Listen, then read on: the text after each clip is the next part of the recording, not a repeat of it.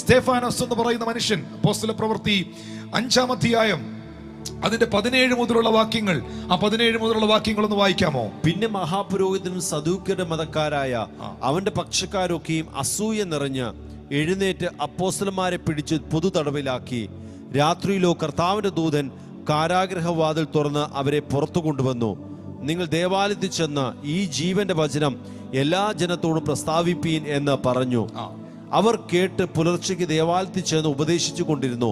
മഹാപുരോഹിതനും കൂടെയുള്ളവരും വന്ന് ന്യായാധിപ സംഘത്തെയും. നിങ്ങൾ നോക്കിയേ, എന്തുകൊണ്ട് മഹാപുരോഹിതന്മാരും സദൂക്യന്മാരും മതക്കാരും സകല പക്ഷക്കാരും അസൂയക്കാരും എഴുന്നേറ്റ് കർത്താവിന്റെ അപ്പോസ്തലന്മാരെ പിടിച്ച് പൊതുതടവിലാക്കി? കർത്താവിന്റെ ദൂതൻ, ആ സമയത്ത് കർത്താവിന്റെ ദൂതൻ എവിടെയായിരുന്നു? ആ പ്രതിസന്ധിയിലൂടെ കടന്നു പോകുമ്പോൾ ഈ ദൂതൻ ഇല്ലായിരുന്നോ? എന്നാൽ അന്ന് രാത്രിയിൽ കർത്താവിന്റെ ദൂതൻ കാരാഗൃഹത്തിൽ വെളിപ്പെട്ടു. അവരെ സ്വർഗത്തിലെ ദൈവം വിടുവിച്ചു. എന്നിട്ട് അവരെ പുറത്തു കൊണ്ടുവന്നു. 40-ാമത്തെ വാക്യത്തിലേക്ക് വരണം. 40, 41, 42 വാക്യം അപ്പോസ്തല പ്രവൃത്തി 5-ാം അധ്യായം വായിക്കാം. അവർ അവനെ അനുസരിച്ചു, അപ്പോസ്തലന്മാരെ വരുത്തി അടുപ്പിച്ചു. ഇനി യേശുവിന്റെ നാമത്തിൽ സംസാരിക്കരുതെന്ന് കൽപ്പിച്ചവരെ വിട്ടയച്ചു. തിരുനാമത്തിന് വേണ്ടി അപമാനം സഹിപ്പാൻ യോഗ്യരായി എണ്ണപ്പെടുകയാൽ അവർ സന്തോഷിച്ചുകൊണ്ട് ന്യായാധിപ സംഘത്തിന് മുമ്പിൽ നിന്ന് പുറപ്പെട്ടു. അവിടെ ഞാൻ ഒന്നും നിർത്തുകയാണ്, കാരണം എന്റെ വിഷയം അതല്ലെങ്കിലും പറയാതിരിക്കാൻ നിർവാഹമില്ല. അപ്പോസ്തലന്മാരെ വരുത്തി അടുപ്പിച്ച് അട്ടിക്കൊടുത്ത്, ഇനി യേശുക്രിസ്തുവിന്റെ നാമത്തിൽ നിങ്ങൾ സംസാരിക്കരുത്, ഇനി ഈ വചനം നിങ്ങൾ പ്രസംഗിക്കരുത്, ഇനി നിങ്ങൾ സുവിശേഷം പ്രചരിപ്പിക്കരുത് എന്ന് പറഞ്ഞ് കൽപ്പന കൊടുത്ത് അടുപ്പിച്ച് അവരെ വിട്ടയച്ചു. 41-ാമത്തെ തിരുവചനം, പ്രിയരെ, തിരുനാമത്തിനു വേണ്ടി അപമാനം സഹിപ്പാൻ യോഗ്യരായി എണ്ണപ്പെടുകയാൽ അവർ സന്തോഷിച്ചു. നമ്മളെ കൊണ്ട് സാധിക്കുമോ? നമ്മുടെ മനോഭാവം അങ്ങനെയാണോ? തിരുനാമത്തിന് വേണ്ടി അസൂയ കൊണ്ട് ചിലർ അപവാദങ്ങൾ പറയുമ്പോൾ തിരുനാമത്തിന് വേണ്ടി അപമാനം സഹിപ്പാൻ അവർ യോഗ്യരായി എണ്ണപ്പെട്ടു. അതിനും വേണം ഒരു യോഗ്യത എന്നാണ് ദൈവവചനം പറയുന്നത്. അതിനും വേണം ഒരു യോഗ്യത. അപവാദവും അപമാനവും കേൾക്കാനും വേണം ഒരു യോഗ്യത. കാരണം ഫലമുള്ള വൃക്ഷത്തിലേ എറിയുള്ളൂ. ഹല്ലേലൂയ. അതുകൊണ്ട് അവർ സന്തോഷിച്ചു. ന്യായാധിപതി സംഘത്തിന്റെ മുമ്പിൽ നിന്ന് അവർ പുറപ്പെട്ടു പോയി. 42-ാമത്തെ വാക്യം, പിന്നെ അവർ ദിനം പ്രതി ദേവാലയത്തിലും വീട് തോറും വിടാതെ ഉപദേശിക്കുകയും യേശുക്രിസ്തു തന്നെ ദൈവമെന്ന് സുവിശേഷം അറിയിക്കുകയും ചെയ്തുകൊണ്ടിരുന്നു. ഇനി മിണ്ടരുതെന്ന് എവിടെ പറഞ്ഞോ അത് തന്നെയാണ് അവർ മിണ്ടിയത്. ഇനി ഏത് നാമത്തെക്കുറിച്ചാണോ പറയരുതെന്ന് പറഞ്ഞത്, അവർക്ക് ആ നാമത്തെക്കുറിച്ചേ പറയാനുള്ളൂ. ഹല്ലേലൂയ. പക്ഷെ ഇത് നിമിത്തം ഒരു വലിയ പ്രശ്നം ഉണ്ടായി, ഒരു വലിയ പ്രതിസന്ധി ഉണ്ടായി. അതാണ് 54 മുതൽ 7-ാം അധ്യായം, അപ്പോസ്തല പ്രവൃത്തി 7-ാം അധ്യായം 54 മുതലുള്ള വാക്യങ്ങൾ. 54. ഇത് കേട്ടപ്പോൾ അവർ കോപപരവശരായി അവന്റെ നേരെ പല്ലുകടിച്ചു. അവനോ പരിശുദ്ധാത്മാവ് നിറഞ്ഞവനായി സ്വർഗത്തിലേക്ക് ഉറ്റുനോക്കി ദൈവമഹത്വവും ദൈവത്തിന്റെ വലത്തുഭാഗത്ത് യേശു നിൽക്കുന്നത് കണ്ടു. ഇതാ സ്വർഗം തുറന്നിരിക്കുന്നതും മനുഷ്യപുത്രൻ ദൈവത്തിന്റെ വലത്തുഭാഗത്ത് നിൽക്കുന്നതും ഞാൻ കാണുന്നു എന്ന് പറഞ്ഞു. ഇവിടെ സ്തെഫാനോസ് എന്ന് പറയുന്ന കർത്താവിന്റെ അപ്പോസ്തലനെ കല്ലെറിഞ്ഞു കൊല്ലുകയാണ്. അതിന് നേതൃത്വം കൊടുക്കുന്നത് തർസോസുകാരനായ ശൗലാണ്. ഹല്ലേലൂയ. പൗലോസ് അപ്പോസ്തലനാണ് അതിന് നേതൃത്വം കൊടുക്കുന്നത്. പിന്നത്തേതിലാണ് ശൗൽ പൗലോസായി മാറിയത്, നമുക്കറിയാം. ശ്രദ്ധിക്കണം പ്രിയപ്പെട്ടവരെ, ഈ ഒരു സംഭവം അവിടെ നടക്കുമ്പോൾ, ഈ ഒരു വലിയ പ്രതിസന്ധി സ്തെഫാനോസിനുണ്ടാകുമ്പോൾ, അവർ കോപപരവശരായി അവന്റെ നേരെ പല്ലുകടിച്ച് കടന്നു വരുമ്പോൾ 55-ാമത്തെ വാക്യം, അവനോ പരിശുദ്ധാത്മാവ് നിറഞ്ഞവനായി. ഒരു കൂട്ടം ആൾക്കാർ ചുറ്റും കോപം കൊണ്ട് നിറയുമ്പോൾ, എതിരെ പല്ല് കടിച്ച് കാണിക്കുമ്പോൾ, നിന്നെ ഇപ്പൊ കൊല്ലുവടാന്ന് പറയുമ്പോൾ, ഈ മനുഷ്യന് അവരുടെ നടുവിൽ എങ്ങനെ പരിശുദ്ധാത്മാവിൽ നിറയുവാൻ കഴിയും? പരിശുദ്ധാത്മാവ് ഉള്ളവന് പരിശുദ്ധാത്മാവിൽ നിറയാൻ കഴിയും. അവൻ പരിശുദ്ധാത്മാവ് നിറഞ്ഞവനായി നാട്ടുകാരെ നോക്കിയെന്നല്ല, കൂട്ടുകാരെ നോക്കിയെന്നല്ല, എന്നെ ആര് സഹായിക്കുമെന്ന് അവരെ നോക്കിയെന്നല്ല, അവൻ സ്വർഗത്തിലേക്ക് നോക്കി. ദൈവത്തിലേക്ക് തിരിയുന്നവരെ, ദൈവകരത്താൽ പണിതുയർത്തപ്പെടുവാൻ വിളിക്കപ്പെട്ടവരെ, any situation, any circumstances, ജീവിതത്തിലെ ഏത് സാഹചര്യങ്ങളുടെ നടുവിലും സ്റ്റീഫനെ പോലെ, സ്തെഫാനോസിനെ പോലെ നിങ്ങൾക്ക് സ്വർഗത്തിലേക്ക് നോക്കുവാൻ കഴിയുമോ? യേശു കർത്താവ് 5 അപ്പവും 2 മീനും തൻ്റെ കരങ്ങളിൽ എടുത്ത സമയത്ത് പുരുഷാര മുഴുവൻ അപ്പമീനുകളിലേക്ക് നോക്കിയപ്പോൾ യേശു സ്വർഗത്തിലേക്ക് നോക്കി. ലാസറിന്റെ കല്ലറവാതിക്കൽ എല്ലാവരും വിമർശിക്കുകയും പരീക്ഷിക്കുകയും പരിഹസിക്കുകയും ചെയ്യുമ്പോൾ ആ കല്ലറവാതിക്കൽ നിന്നും യേശു സ്വർഗത്തിലേക്ക് നോക്കി. ഞാൻ എൻ്റെ കണ്ണ് പർവ്വതങ്ങളിലേക്ക് ഉയർത്തുന്നു, എൻ്റെ സഹായം എവിടെ നിന്ന് വരും? എൻ്റെ സഹായം ആകാശത്തെയും ഭൂമിയും ഉണ്ടാക്കിയ യഹോവയെങ്കിൽ നിന്ന് വരുന്നു. ജീവിതത്തിന്റെ വെല്ലുവിളികളുടെ നടുവിൽ, പ്രതിസന്ധികളുടെ നടുവിൽ, വേദനകളുടെ നടുവിൽ, ഒറ്റപ്പെടലുകളുടെ നടുവിൽ കർത്താവിന്റെ സന്നിധാനത്തിലെങ്കിലും വന്ന് ആ സ്വർഗത്തിലേക്ക് നിങ്ങളുടെ കണ്ണുകളെ നിങ്ങൾക്ക് ഉയർത്താൻ കഴിഞ്ഞാൽ, അടുത്ത വാക്യം 56-ാം വാക്യം 55, 56, അവനോ പരിശുദ്ധാത്മാവ് നിറഞ്ഞവനായി സ്വർഗത്തിലേക്ക് ഉറ്റുനോക്കി ദൈവമഹത്വവും ദൈവത്തിന്റെ വലത്തെ ഭാഗത്ത്. The glory of the Lord, the glory of the Lord, ദൈവത്തിന്റെ മഹത്വവും ദൈവത്തിന്റെ വലത്തുഭാഗത്ത് യേശു നിൽക്കുന്നതും കണ്ടു. നിങ്ങൾ ലോകത്തിലേക്ക് നോക്കിയാൽ നിങ്ങൾക്ക് ലോകക്കാരെ കാണാം. നിങ്ങൾ സാഹചര്യത്തിലേക്ക് നോക്കിയാൽ നിങ്ങൾക്ക് നിങ്ങളുടെ സാഹചര്യങ്ങളെ കാണാം. എന്നാൽ നിങ്ങൾ നിങ്ങളുടെ കണ്ണുകൾ സ്വർഗത്തിലേക്ക് ഉയർത്തിയാൽ സകലത്തെയും സാധ്യമാക്കുന്ന ദൈവത്തെ കാണാം. സകലത്തെയും സാധ്യമാക്കുന്ന ദൈവത്തെ കാണാം. ദൈവത്തിന്റെ മഹത്വവും തന്റെ വലത്തുഭാഗത്ത് യേശു നിൽക്കുന്നതും താൻ കണ്ടു. ആർക്കുമില്ലാത്ത പ്രതിസന്ധികൾ, ആർക്കുമില്ലാത്ത വെല്ലുവിളികൾ, ആർക്കുമില്ലാത്ത കല്ലേറുകൾ, ആരോടുമില്ലാത്ത അസൂയകൾ നിങ്ങൾക്കുണ്ടാകുന്നുണ്ടോ? ഞാൻ ഉറപ്പായും പറയുന്നു, ദൈവത്തിന്റെ ഗ്ലോറി നിങ്ങളുടെ മുമ്പിൽ മാനിഫെസ്റ്റ് ചെയ്യും. 2, ആർക്കും കാണാൻ കഴിയാത്ത ആത്മമണ്ഡലത്തിലെ കാഴ്ചകൾ, വെളിപ്പാടുകൾ നിങ്ങൾക്ക് കാണാൻ കഴിയും. Thank you Lord. യോഹന്നാനെ, ആർക്കുമില്ലാത്ത പത്മോസ് എന്തുകൊണ്ട് നിനക്ക്? ആർക്കുമില്ലാത്ത ഏകാന്തത എന്തുകൊണ്ട് നിനക്ക്? പത്രോസിനും യാക്കോബിനും ലൂക്കോസിനും മറ്റ് ശിഷ്യന്മാർക്കും ആർക്കുമില്ലാത്ത, സ്റ്റീഫനില്ലാത്ത, പൗലോസിനില്ലാത്ത, അന്ത്രയോസിനില്ലാത്ത, യാക്കോബിനില്ലാത്ത, മത്തായിക്കില്ലാത്ത, ആർക്കുമില്ലാത്ത പത്മോസ് എന്തുകൊണ്ട് നിനക്ക്? യോഹന്നാന് പറയാൻ കഴിയും, ഞാനതിൽ ആകുലതയുള്ളവനല്ല, ഞാനതിൽ പിറുപിറുക്കുന്നില്ല. ആർക്കുമില്ലാത്ത പത്മോസ് എനിക്കുണ്ടെങ്കിൽ ആർക്കുമില്ലാത്ത വെളിപ്പാടുകൊണ്ട് എൻ്റെ ദൈവം എന്നെ നിറയ്ക്കുകയാണ്. അഗ്നിജ്വാലയ്ക്കൊത്ത കണ്ണുള്ളവനെ പീറ്റർ കണ്ടിട്ടില്ല.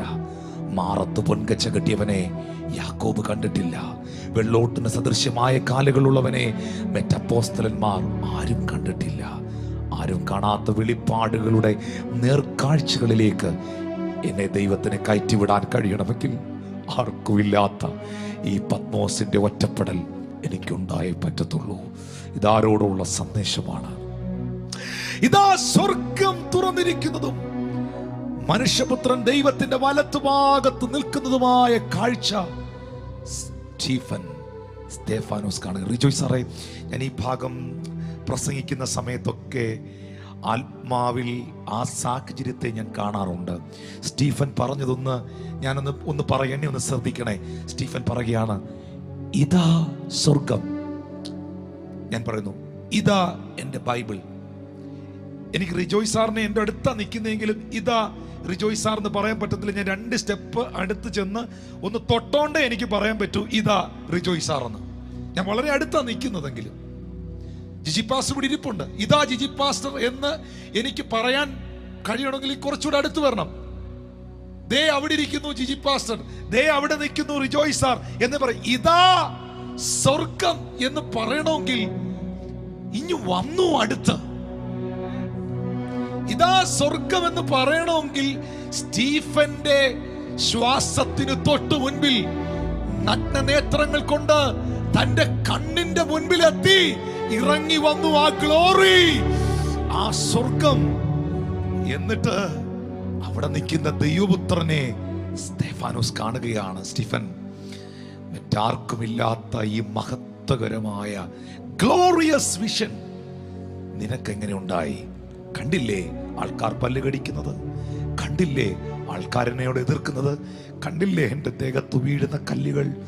ഇതിൻ്റെ മധ്യയിലും ഈ പരീക്ഷകളുടെ, കഷ്ടതകളുടെ, പ്രതിസന്ധികളുടെ മധ്യയിലും ഞാൻ പിറുപിറുക്കാതെ വിളിച്ചവനെ വിധിക്കാതെ, വിളിച്ചവനെ കുറ്റം പറയാതെ, ദൈവത്തെ പഴിക്കാതെ, അവിടെയും എൻ്റെ കണ്ണുകൾ ഞാൻ സ്വർഗത്തിലേക്ക് ഉയർത്തിയപ്പോൾ മഹത്വത്തിൻ്റെ നേർക്കാഴ്ചകളിലേക്ക് പരിശുദ്ധാത്മാവ് എന്നെ കയറ്റിവിടുകയാണ്. ഒത്തിരി കഷ്ടതകൾ അനുഭവിക്കുന്നവർക്ക് സ്വർഗം അവർക്ക് ഒത്തിരി അരികിലാണ്. ഒത്തിരി വെല്ലുവിളികൾ അനുഭവിക്കുന്നവർക്ക് യേശു അവർക്ക് വളരെ അടുത്താണ്. ഹൃദയം നുറുങ്ങിയവർക്ക് യഹോവ സമീപസ്ഥനാണ്. മനസ്സു തകർന്നവരെ അവൻ രക്ഷിക്കുന്നവനാണ്. ഞാൻ ഈ മെസ്സേജ് പറഞ്ഞുകൊണ്ടിരിക്കുമ്പോൾ ദൈവത്തിൻ്റെ പരിശുദ്ധാത്മാവിനോട് പറയുകയാണ്, വളരെ മുറിവുകൾ ഹൃദയത്തിനകത്ത് ഏറ്റ വ്യക്തിത്വങ്ങൾ എന്നെ കാണുന്നുണ്ട്. നിങ്ങൾക്കറിയാമോ, വഴിയരികിൽ മുറിഞ്ഞു കിടന്ന ആ മനുഷ്യനെക്കുറിച്ച്, ജെറുസലേമിൽ നിന്ന് കടന്നുപോയ, ജെരിഹോവിലേക്ക് കടന്നുപോയ മനുഷ്യനെക്കുറിച്ച്. എന്നാൽ ആ നല്ല ശമരിയക്കാരൻ അവൻ്റെ മുറിവുകളിലേക്ക് എണ്ണയും വീഞ്ഞും പകർന്നു. ആ എണ്ണയും വീഞ്ഞും പരിശുദ്ധാത്മാവിൻ്റെ നിഴലാണ്. പ്രിയരെ, നിന്റെ മുറിവിൻ്റെ ആഴമനുസരിച്ച്, നീ അനുഭവിച്ച പ്രതിസന്ധികളുടെ ആഴമനുസരിച്ച്, നീ കടന്നുപോയ വെല്ലുവിളികളുടെ ആഴമനുസരിച്ച് നിനക്കൊരു ശുശ്രൂഷയുണ്ട്. ഇത് ആരോടോ ദൈവം ഒരു പ്രവചനമായി പറയുന്നു.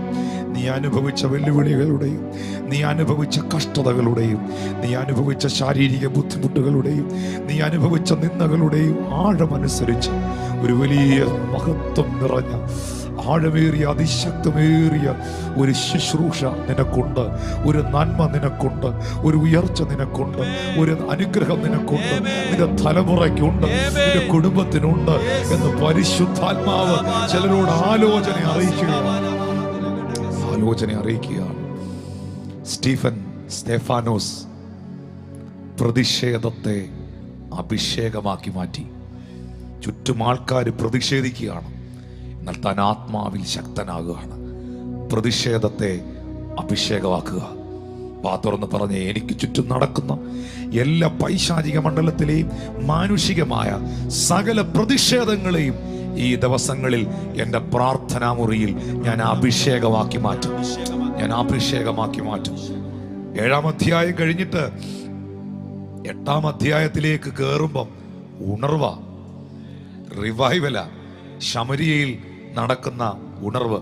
8-ാം അധ്യായത്തിൻ്റെ 5, 6, 7, 8 വാക്യങ്ങൾ വായിക്കുമ്പോൾ ആ റിവൈവൽ നിങ്ങൾക്ക് അവിടെ കാണാം. അതിൻ്റെ 9, 10, 11 വാക്യങ്ങൾ വായിക്കുമ്പോൾ ശിമോൻ എന്ന ആഭിചാരകൻ, മഹദി എന്ന ശക്തിയെ ഉപയോഗിച്ച് മന്ത്രവാദം ചെയ്തുകൊണ്ടിരുന്ന ആഭിചാരകൻ, അപ്പോസ്തലന്മാരെയും ശുശ്രൂഷകളെയും സഭകളെയും ആഭിചാരം ചെയ്ത് ഭ്രമിപ്പിച്ചവൻ, പേടിപ്പിച്ചവൻ, ശുശ്രൂഷ കണ്ട്, അഭിഷേകം കണ്ട്, ദൈവപ്രവൃത്തി കണ്ട്, ദൈവമഹത്വം കണ്ട് പേടിച്ചു പോയി. അവൻ ഭ്രമിച്ച് അപ്പോസ്തലന്മാരുടെ കാൽക്കൽ പോയി വീണിട്ട് കർത്താവിനെ സ്വീകരിച്ച് ദൈവകൽപ്പന അനുസരിച്ച് അവന്റെ മന്ത്രവാദ സാമഗ്രികൾ മുഴുവൻ കൊണ്ട് കൂട്ടിയിട്ട് കത്തിച്ച് അവൻ ദൈവസഭയുടെ ഭാഗമായി തീർന്നു. 14-ാം അധ്യായത്തിലേക്ക് വരുമ്പോൾ ലുസ്ത്രയിൽ പൗലോസിന്റെ നേതൃത്വത്തിൽ, പൗലോസും ബർണബാസിന്റെയും നേതൃത്വത്തിൽ നടക്കുന്ന മിനിസ്ട്രിയെ കാണുന്നത്. 14-ാം അധ്യായം അതിന്റെ 14-ാം അധ്യായത്തിന്റെ 8, 9, 10, 11 ആ വാക്യങ്ങൾ പെട്ടെന്ന് വായിച്ചേ. 14, 15 ഇമ്പോർട്ടന്റാ. ഇസ്രായേൽ അമ്മയുടെ ഗർഭം മുതൽ മുടന്തനായി, ഒരിക്കലും നടന്നിട്ടില്ലാതെയും കാലിന് ശക്തിയില്ലാതെയും ഉള്ളൊരു പുരുഷൻ ഇരുന്നിരുന്നു. അവൻ പൗലോസ് സംസാരിക്കുന്നത് കേട്ട് അവനെ ഉറ്റുനോക്കി. സൗഖ്യം പ്രാപിപ്പാൻ അവന് വിശ്വാസമൊന്നുകൊണ്ട് കണ്ടിട്ട്, നീ എഴുന്നേറ്റ് കാലൂന്നി നിവർന്നു നിൽക്ക എന്ന് ഉറക്കെ പറഞ്ഞു. അവൻ കുതിച്ചെഴുന്നേറ്റ് നടന്നു. പൗലോസ് ചെയ്തത് പുരുഷാരം കണ്ടിട്ട്, ദേവന്മാർ മനുഷ്യരൂപത്തിൽ നമ്മുടെ അടുക്കൽ ഇറങ്ങി വന്നിരിക്കുന്നു എന്ന് ലുക്കവോന്യ ഭാഷയിൽ നിലവിളിച്ചു പറഞ്ഞു. 14, 15 വായിച്ചേ. ഇത് അപ്പോസ്തലന്മാരായ ബർന്നബാസും പൗലോസും കേട്ടിട്ട് വസ്ത്രം കീറിക്കൊണ്ട് പുരുഷാരത്തിന്റെ ഇടയിലേക്ക് ഓടിച്ചെന്ന് നിലവിളിച്ചു പറഞ്ഞത്, പുരുഷന്മാരെ, നിങ്ങൾ ഈ ചെയ്യുന്നത് എന്ത്? ഞങ്ങൾ നിങ്ങളോട് സമസ്വഭാവമുള്ള മനുഷ്യരത്രേ. നിങ്ങൾ ഈ വ്യർത്ഥ കാര്യങ്ങളെ വിട്ട് ആകാശവും ഭൂമിയും സമുദ്രവും അവയിലുള്ള സകലവും ഉണ്ടാക്കിയ ജീവനുള്ള ദൈവത്തെങ്കിലേക്ക് തിരിയണമെന്നുള്ള സുവിശേഷം ഞങ്ങൾ നിങ്ങളോട് അറിയിക്കുന്നു. ഇന്നത്തെ മെസ്സേജ് അതാണ്, ദൈവത്തിലേക്ക് തിരിയുക. സഹോദരന്മാരെ, പുരുഷന്മാരെ, നിങ്ങൾ മനുഷ്യരെ ദൈവങ്ങളാക്കരുത്, നിങ്ങൾ മനുഷ്യരെ ദേവന്മാരാക്കരുത്. നിങ്ങൾ ഈ വ്യർത്ഥ കാര്യങ്ങളെ വിട്ട് ആകാശവും ഭൂമിയും സമുദ്രവും അവയിലുള്ള സകലവും ഉണ്ടാക്കിയ ജീവനുള്ള ദൈവത്തിലേക്ക് നിങ്ങൾ തിരിയണം. ഒരു സുവിശേഷകൻ എന്ന നിലയിൽ ഇന്ന് ഈ സന്ദേശം ഈ ഞായറാഴ്ച പകലിൽ നിങ്ങളോട് അറിയിക്കുമ്പോൾ, കൈപ്പണിയായ ക്ഷേത്രങ്ങളിൽ വസിക്കുന്നവനല്ല ദൈവം. സർവശക്തനാകുന്ന ദൈവം, ആകാശവും ഭൂമിയും സമുദ്രവും സകലതും ഉണ്ടാക്കിയ ജീവനുള്ള ദൈവം നിങ്ങളിൽ വസിക്കുന്നു. നിങ്ങളുടെ ആത്മാവിൽ വസിപ്പാൻ ആഗ്രഹിക്കുന്നു. ആ ദൈവം നിങ്ങളിലേക്ക് വരുവാൻ നിങ്ങൾ ദൈവത്തിലേക്ക് തിരിയുക. അതാണ് സുവിശേഷം. അതാണ് സുവിശേഷം. ഇനി അതിന്റെ 22ാമത്തെ വാക്യം സഭയോടുള്ള സന്ദേശമാണ്. വിശ്വാസി നിലനിൽക്കണമെന്നും നാം അനേകം കഷ്ടങ്ങളിൽ കൂടി ദൈവരാജ്യത്തിൽ കടക്കേണ്ടതാകുന്നു എന്ന് പ്രബോധിപ്പിച്ച് ശിഷ്യന്മാർ മനസ്സ് ഉറപ്പിച്ചു. ഞാനും റിജോയ് സാറും ജിജി പാസ്റ്ററും ഇവിടുത്തെ ശുശ്രൂഷകരെല്ലാം ഇന്നിവിടെ നിൽക്കുന്നത് ഈ സത്യം വിളംബരം ചെയ്യാനാണ്. ഏത് സാഹചര്യം വന്നാലും, ഏത് വെല്ലുവിളി വന്നാലും, ഇനി ഇതിനേക്കാൾ മാരകമായ രോഗങ്ങൾ ലോകത്ത് വന്നാലും, എന്തെല്ലാം പ്രതിസന്ധി വന്നാലും, വിശ്വാസത്തിൽ നിങ്ങൾ നിലനിൽക്കണം. നാം അനേക കഷ്ടങ്ങളിലൂടെ ദൈവരാജ്യത്തിൽ കടക്കേണ്ടതാകുന്നു എന്ന് പ്രബോധിപ്പിച്ച് ശിഷ്യന്മാരുടെ മനസ്സ് ഉറപ്പിച്ചു. ഏതു സാഹചര്യത്തിന് നടുവിലും, ഏത് വെല്ലുവിളികളുടെ നടുവിലും വിശ്വാസത്തിൽ നിലകൊണ്ടുകൊണ്ട്, കർത്താവിന്റെ പൊന്മുഖം അന്വേഷിച്ചുകൊണ്ട്, അവന്റെ വരവിനെ നോക്കി പാർത്തുകൊണ്ട്, അവനായി ഒരുക്കപ്പെട്ടുകൊണ്ട് ജീവിക്കുന്ന ഒരു തലമുറയായി ഈ തലമുറ മാറണം. ഇന്ന് ഈ സന്ദേശം ഞാൻ അവസാനിപ്പിക്കുമ്പോൾ കർത്താവിന്റെ പരിശുദ്ധാത്മാവ് നിങ്ങളോട് പറയുന്നു: 1, ദൈവത്തിലേക്ക് മടങ്ങി വരിക. 2, നമ്മുടെ തെറ്റുകളെ തിരുത്തി ദൈവം നമ്മളെ പണിതുയർത്തുവാൻ നമ്മളെ ഏൽപ്പിച്ചു കൊടുക്കുക. 3, നമ്മുടെ മേലുള്ള അഭിഷേകവും നമ്മുടെ മേലുള്ള ദൈവകൃപകളും വർദ്ധിപ്പിക്കുവാൻ, നല്ലൊരു പൊന്നാക്കി നമ്മളെ തീർക്കുവാൻ ദൈവം അനുവദിക്കുന്ന ഈ സാഹചര്യങ്ങളിൽ പിറുപിറുക്കാതിരിക്കുക. അതിപ്രധാനപ്പെട്ട ഒരു കാര്യമാണ്. 4ാമത്തെ വിഷയം, അതിലേക്ക് കയറാൻ നേരെയില്ല. ഈ കഷ്ടതകളും പരിശോധനകളും നമ്മുടെ ദൈവത്തിൻ്റെ വിശ്വസ്തതയെ നമ്മുടെ ജീവിതത്തിൽ വെളിപ്പെടുത്തും. ഞാൻ നിങ്ങളെ നോക്കി ഇങ്ങനെ പറയുന്നു, ഇന്ന് ഈ മെസ്സേജ് കേൾക്കുന്ന, ഈ ലൈവ് സർവീസിൽ പങ്കെടുക്കുന്ന നിങ്ങളെ ഓരോരുത്തരെയും നോക്കി ഞാൻ പറയുന്നു, ഈ ദിവസങ്ങളിൽ നിങ്ങൾ പറയാൻ പോകുകയാണ്, നിങ്ങൾ വിശ്വസിച്ച, നിങ്ങൾ സേവിച്ച ദൈവം വിശ്വസ്തനെന്ന്. എത്ര പേര് അതിനൊരു ആമീൻ പറയാൻ കഴിയും? സിംഹത്തിന്റെ കുഴിയിലേക്ക് വീഴപ്പെടുന്ന ദാനിയേൽ പിന്നത്തേതിൽ വിളിച്ചു പറയുന്നു, ഈ ദൈവം വിശ്വസ്തൻ. എരിയുന്ന തീച്ചൂളയുടെ നടുവിൽ വീഴപ്പെട്ട ശത്രുക്, മേശക്, അബേദ്നെഗോവും പറയുന്നു, ഈ ദൈവം വിശ്വസ്തൻ. പ്രതികൂലത്തിന്റെ നടുവിൽ, പ്രതിസന്ധിയുടെ നടുവിൽ, കഷ്ടതകളുടെ നടുവിൽ, വെല്ലുവിളികളുടെ നടുവിലൂടെ കടന്നു പോകുന്നവരെ ഞാൻ ആത്മാവിൽ നിങ്ങളോട് യേശുവിൻ്റെ നാമത്തിൽ പ്രവചിച്ചു പറയുകയാണ്, ഈ പ്രതിസന്ധികളുടെ നടുവിൽ, ഈ പ്രശ്നങ്ങളുടെ നടുവിൽ, ഈ പ്രതികൂലങ്ങളുടെ നടുവിൽ നിങ്ങൾ കർത്താവിൻ്റെ സാക്ഷിയാകാൻ പോകുന്നു. പറഞ്ഞേ, ഈ ദിവസങ്ങളിൽ എൻ്റെ ദൈവം എനിക്കൊരു സാക്ഷ്യം തരാൻ പോകുന്നു. വായ് തുറന്ന് പറഞ്ഞ്, എൻ്റെ വീട്ടിൽ എനിക്കൊരു സാക്ഷ്യം തരാൻ പോകുന്നു, എൻ്റെ ലൈഫിൽ എനിക്കൊരു സാക്ഷ്യം തരാൻ പോകുന്നു. ഹല്ലേലൂയ. ദൈവമോ വിശ്വസ്തൻ. ആ കഴുകൻ തന്റെ കുഞ്ഞിനെ ചിറകൻ മീതെ വഹിക്കുന്നത് പോലെ കർത്താവ് നിങ്ങളെ ആ ചിറകൻ മീതെ വഹിപ്പാൻ വിശ്വസ്തനാണ്. ആ കരങ്ങളൊന്ന് ഉയർത്തിപ്പിടിച്ചേ, കണ്ണുകളെ അടച്ചേ, പ്രാർത്ഥിക്കാൻ തുടങ്ങിയേ. എന്നെ നോക്കിയിരിക്കാതെ പ്രാർത്ഥിക്കാൻ തുടങ്ങിയേ. ദൈവം നിങ്ങളോട് സംസാരിച്ചെങ്കിൽ, ഇന്നത്തെ മെസ്സേജിലൂടെ കർത്താവ് നിങ്ങളോട് ഇടപെട്ടെങ്കിൽ ഞങ്ങളെ അറിയിച്ചേ, അല്ലെങ്കിൽ ഒരു മെസ്സേജ് അയച്ചേ. ദൈവം നിങ്ങളോട് സംസാരിക്കുകയാണ്. ദൈവം നിങ്ങളോട് സംസാരിക്കുകയാണ്. Thank you Lord Jesus. Thank you Lord Jesus. Thank you Lord Jesus.